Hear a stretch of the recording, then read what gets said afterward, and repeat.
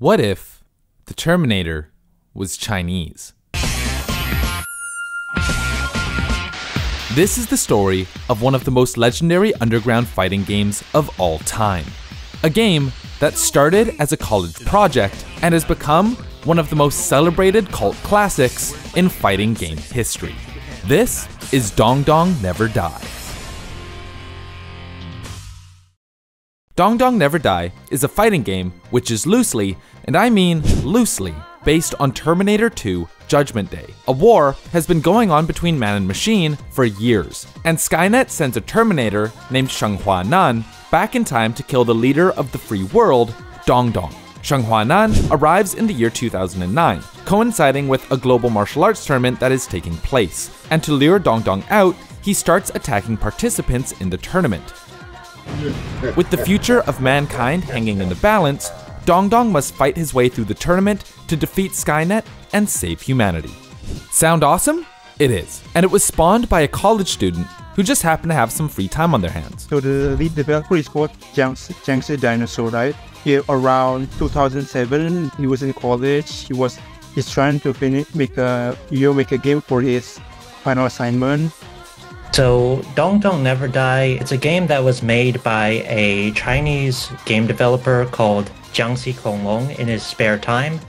Basically what he did is he got a bunch of his friends together and took pictures of them and put them into a fighting game. Basically you can think of it as old Mortal Kombat games like Mortal Kombat 1, 2, and 3. All of the sprites were just pictures of real people. Dong Dong is kind of like that, except they're all pictures of real people, but you know, in Mortal Kombat, you've got like Scorpion who's dressed up in a ninja costume. Like Dong Dong is just a guy, is wearing like, you know, a nice little button-up shirt, blue jeans, and that's your protagonist. The development for Dong Dong Never Die lasted almost 3 full years. The game itself was built in 2D Fighter Maker, an entry-level programming tool meant to streamline the game-making process for those without extensive coding knowledge. The program gives you pre-made frames, to which you add a picture, sound, and move properties. Rinse and repeat, and you get a fighting game. It's that easy. It's incredibly rudimentary and was intended to be as user-friendly as possible, kind of like Windows Movie Maker in the early 2000s. Yeah, it's a program from 2002, so as you can imagine, you know, it's a little outdated, and the dynamic was in the West, like the United States, Mugen was like the premier engine for starting game developers get started on developing a fighting game. Fighter Maker 2002 was basically the equivalent of that in Asia. But using 2D-FM isn't easy, or intuitive, or like even good at all. If you see Fighter Maker 2002 in your rear view mirror, you slam your foot on the gas pedal, you get out of there. A lot of parts of it seem like actively hostile towards if you're an inexperienced developer. There's just significant and obvious lack of features. There's also no option to have win screens. You can only do like an arcade mode and a versus mode. And there's also no option to like randomize the arcade mode. Dong Dong Never Die actually runs at a steady 100 frames per second. The engine, for whatever reason, Fighter Maker, the default frame rate is 100 frames per second. Basically, if a character is ever in animation number 89, and you pause the game and then unpause the game, the character will die instantly. And that's true for every character, every animation number 89. So you can imagine, like, developing in this is just a complete nightmare. I haven't even, like, scratched the surface yet. Despite the challenges of working with 2D Fighter Maker, the devs managed to pack a shocking amount of content into Dong Dong Never Die. The game features story modes for each character, animated stages, on-hit effects, and 24, yes, 24 playable characters, all with fully fleshed out kits and animations. For context, 24 is more characters than Street Fighter 6 with Year 1 DLC.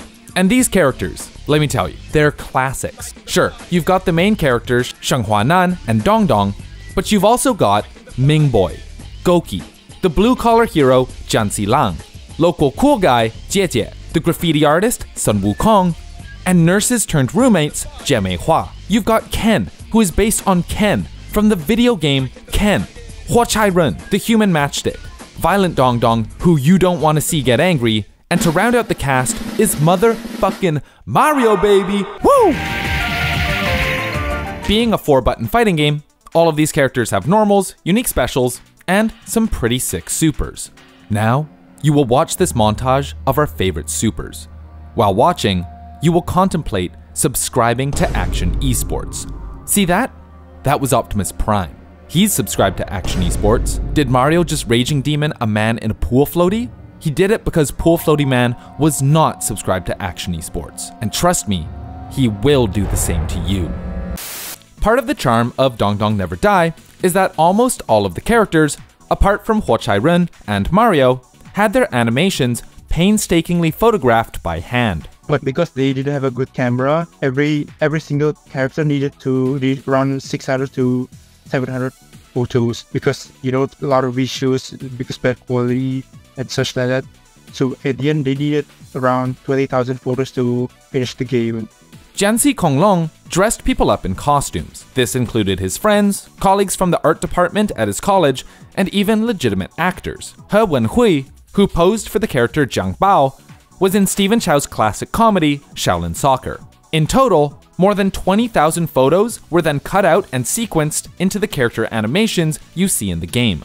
The result is a surprisingly fluid fighting game that has all the charm of a home film like Who Killed Captain Alex. Unfortunately, there were a few things that prevented this game from reaching mass appeal.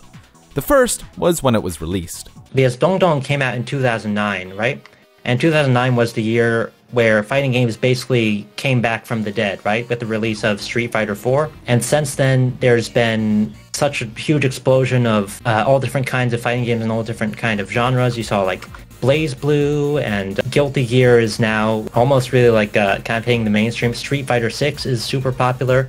Not that this fan-made college project was going mainstream anyway, but the resurgence of 2D fighters meant that any indie release during this time was going to get buried under AAA competition. But if Dong Dong was going to make it to the mainstream, it would have also been held back by the fact that the game was released in China and could only be downloaded if you had a Bilibili account. It used licensed IPs like Mario and music from Street Fighter Alpha 3, Castlevania, and Metal Gear Solid. Oh, and characters in the game are literally wearing Nikes. Still, other games like this have managed to develop underground cult competitive scenes. So why didn't Dong Dong? The game has one glaring issue.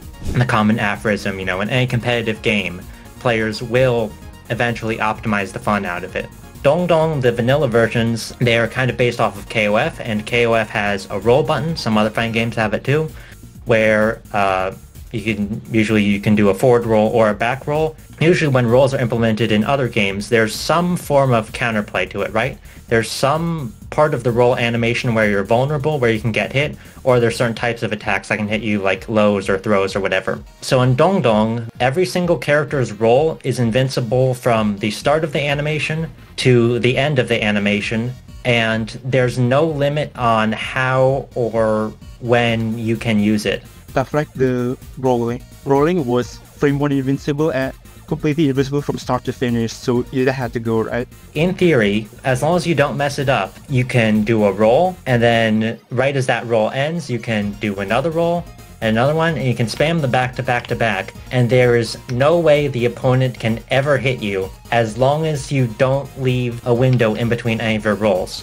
On top of this, there are tons of touch of deaths, infinites, and other bullshit that prevent Dong Dong from being taken seriously. But as a fun game to play with friends and mine free content, it's perfect. It's not fucking working, man! 3 times in a row! Do it again! Oh! Oh! Do it to him!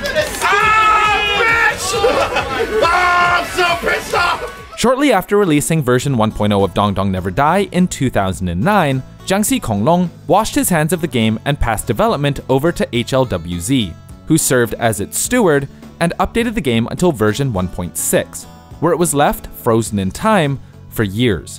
Over the years, there have been many attempts at rebalancing the game, addressing issues like rolling, infinites, and character movesets.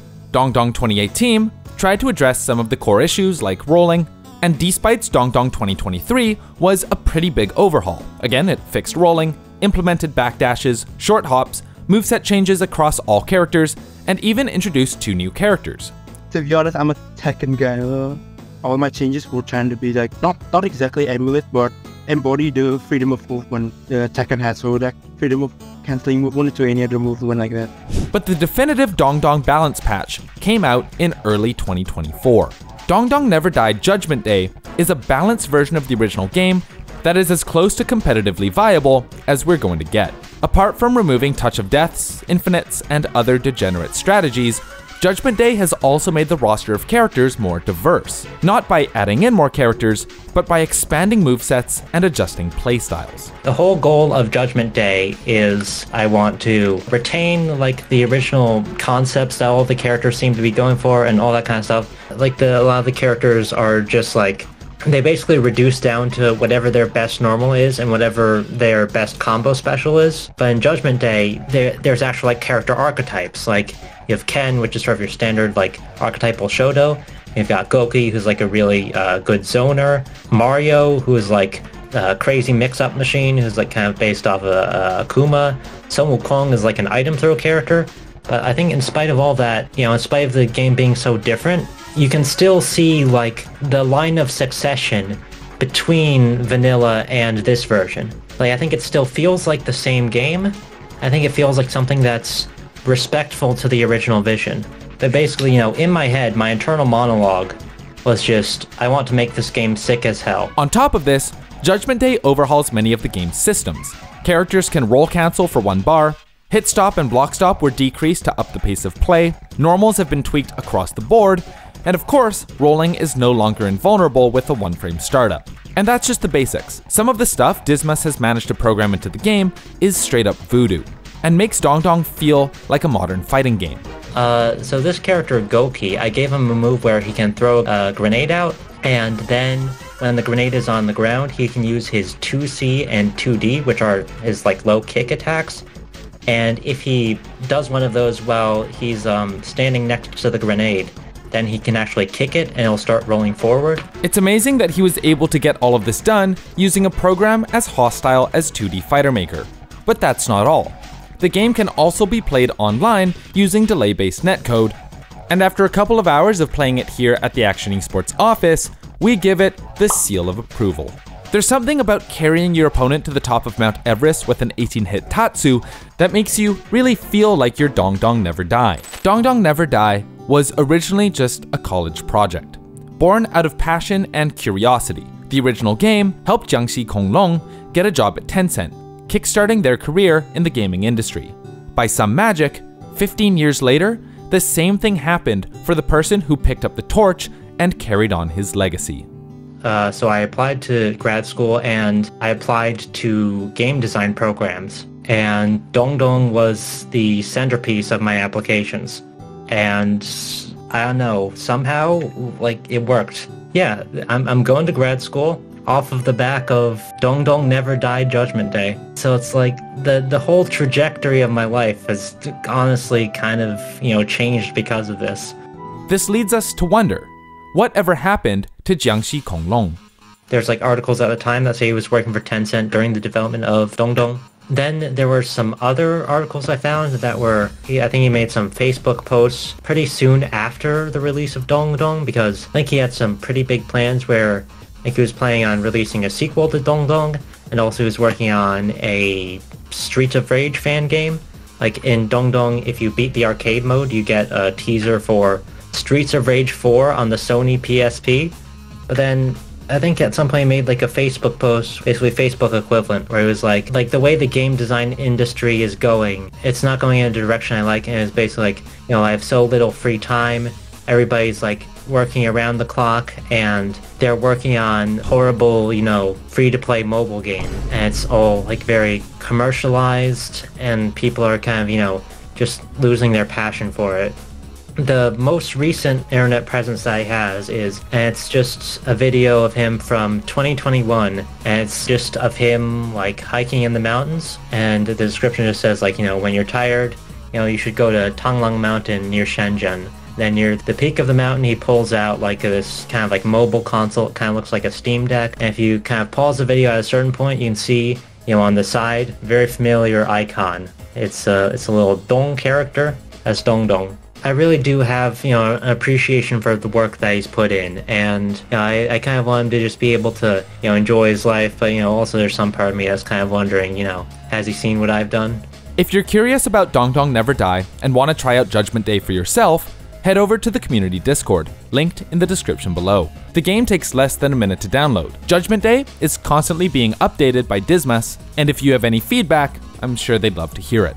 Maybe, just maybe, we'll see Dong Dong tournaments sprouting up at locals, majors, and one day, even EVO? Thank you to Despite and Dismas for their contributions to this video.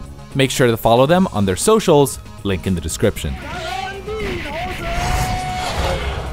Shoutout and thanks to Cloud, Steph, B, Pass, Shampoo, and Yashichi for being patrons of the channel. If you enjoyed the video, leaving a like, subscribing, and hitting the bell to stay up to date is much appreciated. My name is Jonah, thanks for watching.